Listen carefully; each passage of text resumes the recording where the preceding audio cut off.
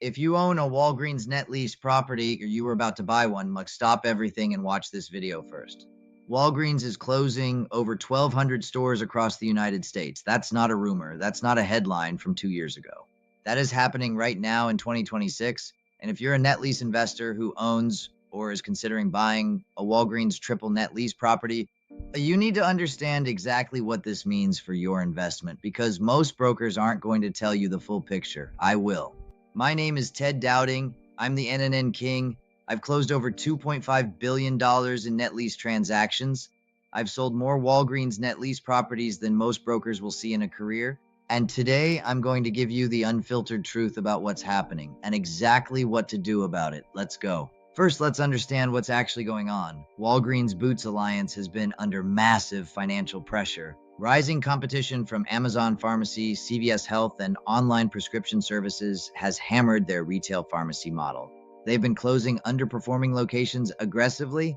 The 1,200 store closure plan is part of a multi-year restructuring effort to cut costs. Now, here's what that means in net lease terms. There are two very different situations a net lease investor can be in right now. Situation one, your Walgreens has a long-term lease with significant time remaining, 10, 12, 15 years, and Walgreens has not announced closure. Situation two, your Walgreens has a short lease term remaining, under 5 years, or your location has been flagged as a closure candidate. These are completely different investment stories. And the mistake most investors are making right now is treating all Walgreens net lease properties the same. They are not the same. Let's talk about the long lease Walgreens first, because this is where I'm seeing panic that isn't justified. If you own a Walgreens net lease with 10 plus years remaining on a corporate guaranteed lease, here is what you actually have: a contractual obligation to pay you rent. This is the part that most retail investors don't understand. When Walgreens closes a store, they don't just walk away from the lease, they still owe rent. The corporate guarantee doesn't disappear because a location underperforms. They pay or they sublease through the end of the lease term. This is called a dark store.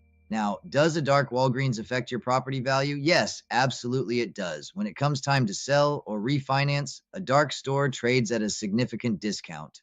But a long-term dark Walgreens still has real cash flow value. The key question is always, how much lease term do you have left and what are your options when it expires? Now let's talk about the situation that actually is urgent. If you own a Walgreens net lease with less than 5 years remaining on the lease, especially if your location is in a secondary market, has below average sales volume, or sits in an area with declining retail traffic, you need to be having a serious conversation with your broker right now. Here's why. The market for short-term Walgreens net lease has shifted dramatically. Cap rates on short lease Walgreens have expanded, meaning values have compressed. Buyers are pricing in the very real possibility that Walgreens does not renew. With 1,200 closures happening, the probability of renewal on a marginal location has dropped significantly. If you're thinking, I'll just wait and see, that could cost you real money. The investors who win in this environment are the ones who move first. Either you sell now or you get ahead of the lease expiration with a concrete re-tenanting plan. So, what do you actually do? Here is my specific advice based on your situation. If you own a long-term Walgreens net lease with 10 plus years remaining, hold. Your cash flow is protected by corporate guarantee. Monitor the location. If it goes dark, document it. You are not in crisis today. If you own a Walgreens net lease with 5 to 10 years remaining, get a current broker opinion of value immediately. This is an evaluation moment. If you own a Walgreens net lease with under 5 years remaining, call your broker today. The market is moving, the pool of buyers is narrowing. And if you are about to buy a Walgreens net lease, underwrite it harder than you would have 18 months ago. Look at the sales volume data. Look at the renewal probability. Here's the bottom line. Walgreens closing 1,200 stores is real. It is affecting net lease values, but it is not a reason to panic if you own the right asset.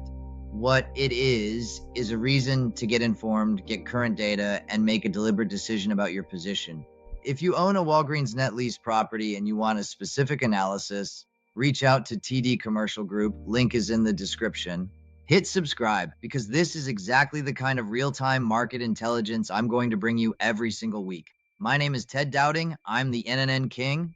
And as always, let's transact.